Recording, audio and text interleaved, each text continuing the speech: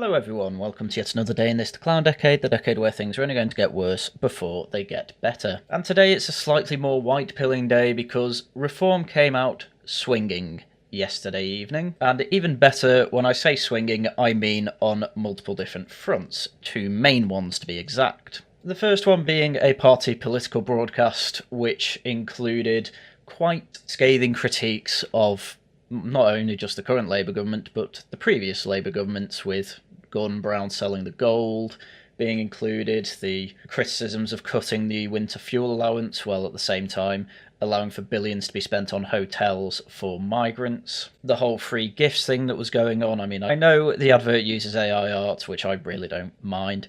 My biggest criticism is that it uses an American guy voicing over it, but the substance of the attacks are perfectly reasonable, and in fact I think good critiques. With then Nigel Farage directly saying to camera, this is all true, this is a disaster, vote Reform.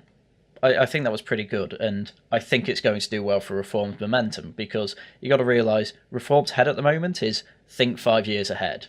Thinking 5 years ahead means we need to make Reform a household name, and that's what we're doing here. Anyway, I would suggest you go off and watch it, link in description. It's only a few minutes long, and I thought it hit. I thought it was good. But I don't think it was the best thing that came out yesterday, despite the fact that this was actually put on mainstream television screens on ITV and BBC separately. No, I think the better news came out from another conference that they had just after the party political broadcast was sent out. Specifically, I liked what Richard Tice had to say here. So we are therefore serving notice today, in this letter to the Home Secretary, that if the Crown Prosecution Service are not going to charge these assailants, then we at Reform UK, we will launch a private criminal prosecution against these assailants. Indeed, and all 5 Reform MPs obviously signed it, because why wouldn't they? It's a good thing about Reform UK. They barely need to enforce the whip, obviously because there's only 5 of them, but also because they are so ideologically coherent with each other and are going for the same ends, which in this case is law and order, but also they want less taxes, less reliance on the welfare state, generally just things that are in a good direction for Britain. Less immigration, of course, as well, is on the agenda. But at the conference, Matt Goodwin made it very clear to Reform that what they should do is really try and keep these core issues front and centre. That includes immigration, that includes law and order, and that includes the cost of living crisis, which, as we saw from the party political broadcast, that is exactly what they were trying to do there. And then they had another layer with the conference saying law and order and no more two-tier policing needs to be in this country.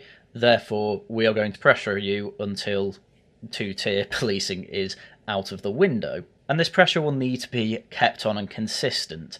And I don't think they're going to stop here. They have 5 MPs, which is excellent, and they are quite frankly clearly trying to keep things as cheap as possible, which is also a good thing, because that screams to me that they're going to actually make a rather long campaign rather than just try and do this quick, expensive hit that's not necessarily going to work out. So it's good to see. We've taken legal advice. I have a top quality legal team on standby, and that is what we will do. And we will crowdfund it, and I'm very confident that we will raise considerable sums in order to carry out such a prosecution. It's good to hear this as well, and there are people saying, oh, this is clearly just a grift to get more money because they're crowdfunding it. I mean, to be honest with you, when I went to my branch's first meeting for Reform, the function room was hired out just by the guy who organised it. He said, this room costs 50 quid, I use my own money for it. If you really want to donate, just leave a £5 on the table. And there was so much money left on that table, at least 100 quid.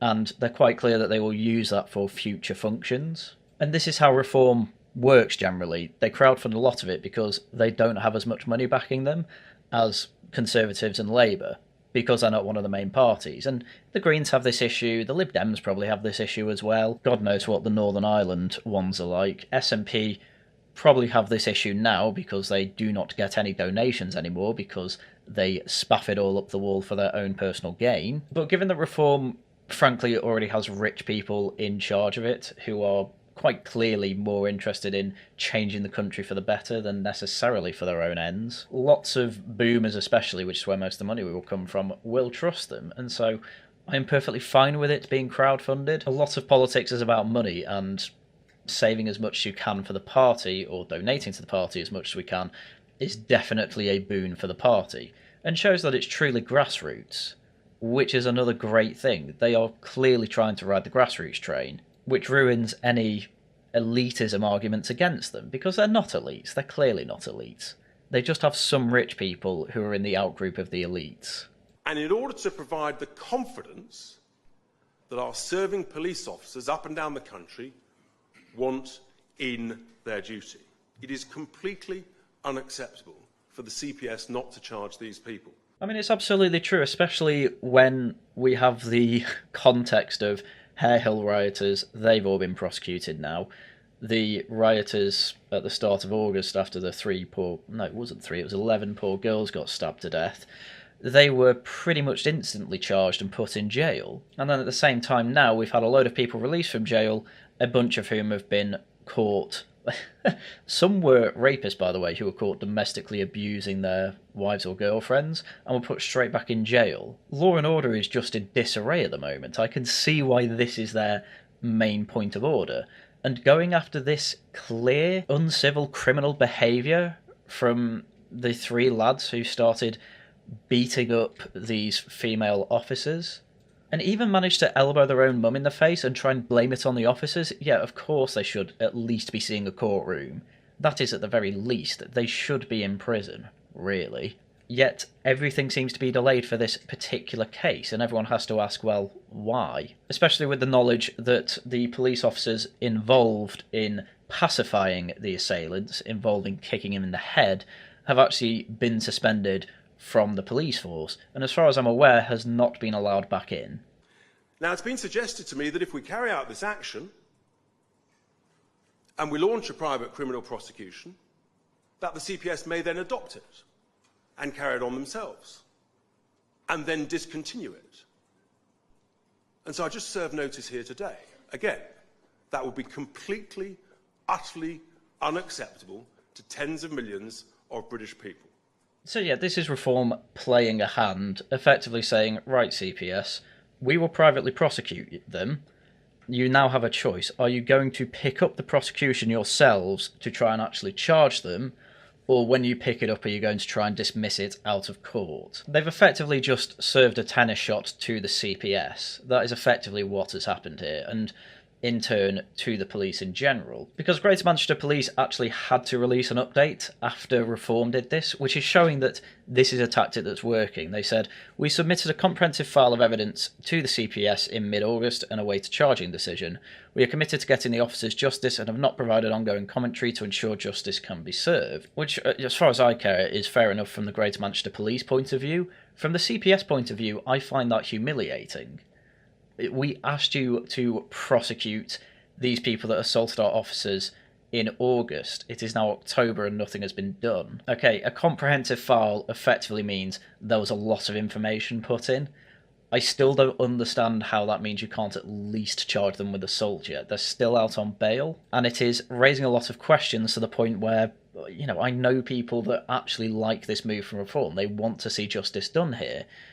And yet all we're seeing so far is, oh, it's still being delayed. And then again, the powers that be also are trying to go after the person that leaked the full footage so that everyone could get full context. They try and say, oh, this will damage the case, this will damage the case. It's total nonsense. Full videos of crimes have been released to the public plenty of times, with prosecutions still being made against the criminals. Realistically, my assumption is that, once again, the powers that be, because they are trying to be anti-racist, can't allow any sort of video evidence out there that might enforce stereotypes in people's heads. Effectively, that's why I think that video was suppressed. So in my opinion, well done to that whistleblower that leaked it. This situation is untenable. It's 11 weeks on. We're left with a situation where we genuinely ask the question, has a degree of misconduct or misfeasance gone on by senior officials at the IOPC, at the Greater Manchester Police, and by the CPS. This is the type of rhetoric that an awful lot of the mainstream media say is, oh, this is sowing division, oh, this is sowing mistrust in our official institutions. And these people need to realise that, no, reform are riding a wave that's already there. Because as much as my parents said, oh, I don't think they should have been kicked in the head, when I asked, have you seen the full footage, they said no. I actually sent it to them, and they said, oh, yeah, this actually makes sense as to why he was kicked in the head. Oh, I don't understand why they're not being prosecuted. You're right. Oh, they're out on bail. That seems absurd. And so a lot of normies, and bear in mind, my parents are not in the realm of being reform activists, though they are clearly open to the prospect of actually voting for them at the next election. Reform getting ahead of the curve on all these issues and keeping the pressure on them, clearly it is going to help them become a household name, which is what they want. Nigel Farage is already a good start to that. Getting Richard Tice to eloquently make these speeches, though, that is a way to get him to be accepted as the next leader and possibly even Prime Minister. And I wouldn't mind it. I've been saying for a while I think Richard Tice is actually quite good. And there seems to be more and more people coming round to that idea that actually, yeah, he is, at the very least, a very good speaker and very professional, which is already way better than the Prime Ministers we've had in recent history. This is not a good place for law and order to be in the United Kingdom. It is a very bad thing if tens of millions of British people think that we have two-tier policing and two-tier justice. That is the contents of this letter to the Home Secretary. We look forward to her reply and her statement on this issue, but the British people want action, we want answers, we want equal, fair, prompt justice. And I think that is absolutely perfectly reasonable, and I agree with everything that Richard Tice said. So let's quickly go through the letter. Dear Home Secretary, you will be aware of very real concerns among the general public about two-tier policing and two-tier justice. Whilst you and the Prime Minister tried to deny its actual existence, you cannot deny the perception. Fair enough.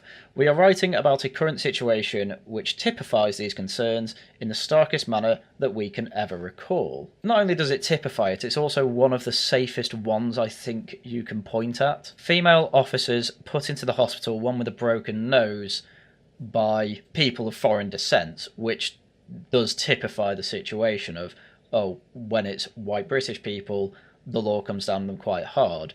When they're foreigners, well, you have the whole grooming gang scandal to prove the rest of that. On Tuesday, 23 July, a violent incident took place at Manchester Airport where two men viciously attacked a number of police officers, including some of who were armed.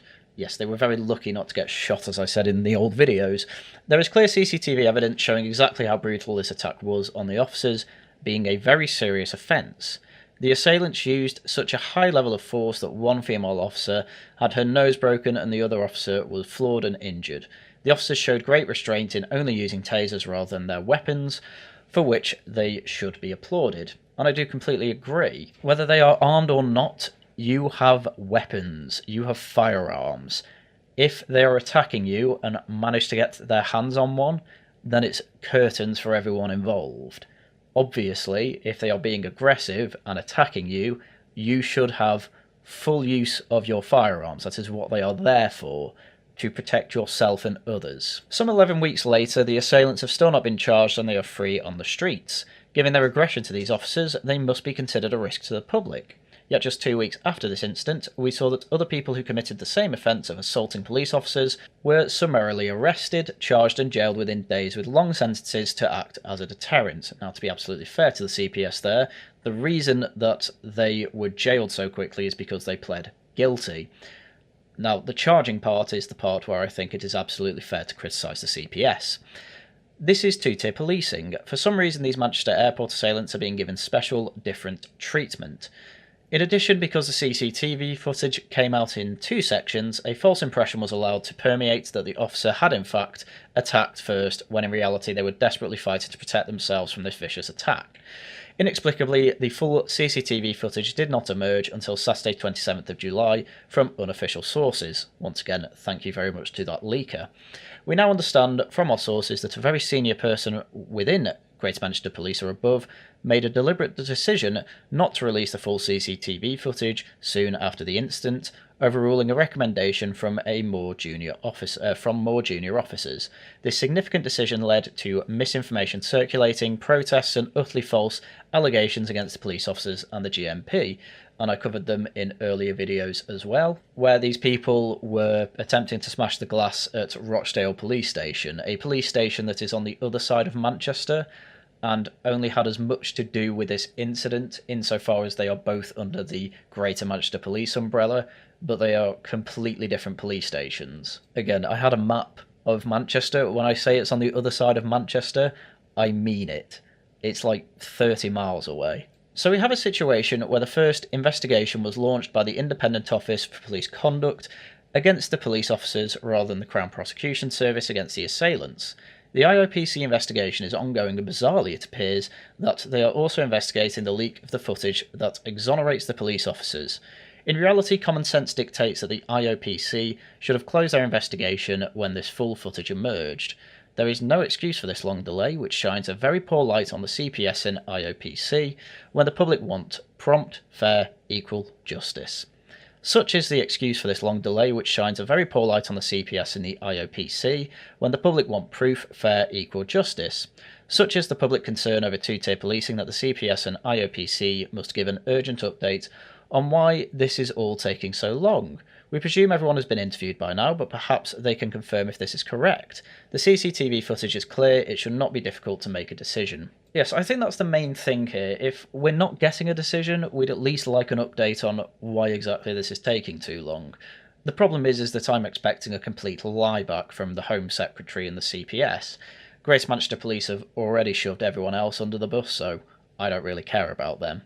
We have a genuine reason to be concerned that in fact the CPSs are waiting for the IOPC to find some fault with the police officers, which will then give them reason not to progress charges against the assailants, and this is totally unacceptable.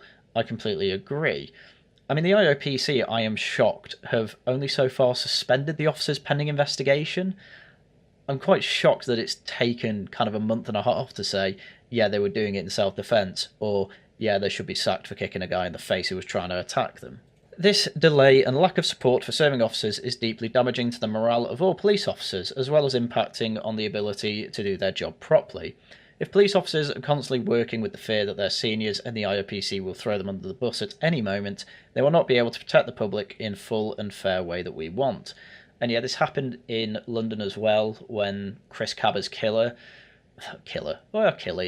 when he killed Chris Cabba, the armed police officer, he was pretty much instantly suspended, and a load of other firearms officers handed in their licence and firearms, because why would they even carry firearms if when they actually use them when they should use them, they're going to be suspended?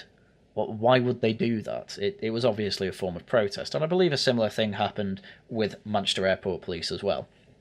We are therefore serving notice that if the CPS is not going to charge the assailants, we will organise a private criminal prosecution against them.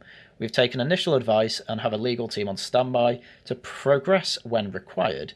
This will be funded by a crowdfund process that will launch if needs be. Clearly it will be very well supported, and when they eventually do that, I'm probably just going to make an announcement video saying, yes, please give them your money. If you were going to give me money this weekend for laughing at the Guardian or something in a super chat, don't do that. Give it to this instead. That is much more useful. Given this situation, it may be appropriate to consider whether there have been misconduct or misfeasance in public office by people at the upper levels of the GMP, the CPS and the IOPC.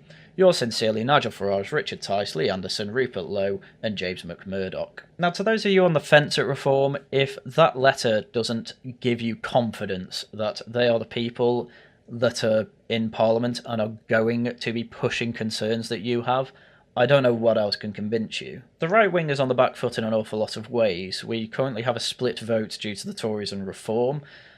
I'm with Matt Goodwin. I don't think there should be a deal. I think reform should just push to try and be the alternative opposition party.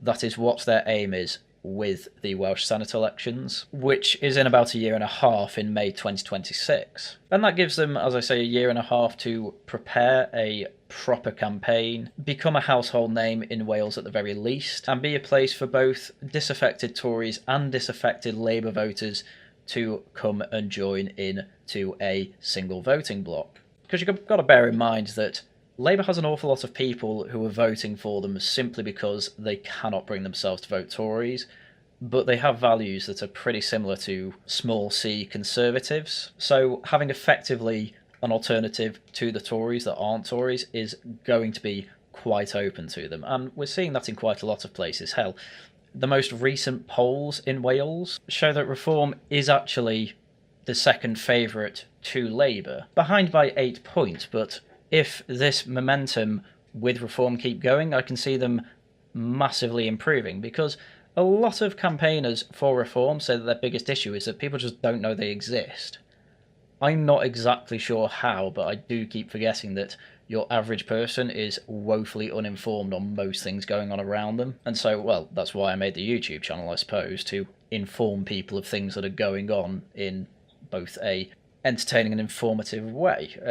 And so that is why I'm effectively a Reform activist now, to inform you that these are the things that Reform is doing. And if you help spread that message as well, you'll probably see Wales Westminster voting intentions be pretty much neck and neck with Reform and with Labour. Reform has a core vote at the moment of about 4.1 million people.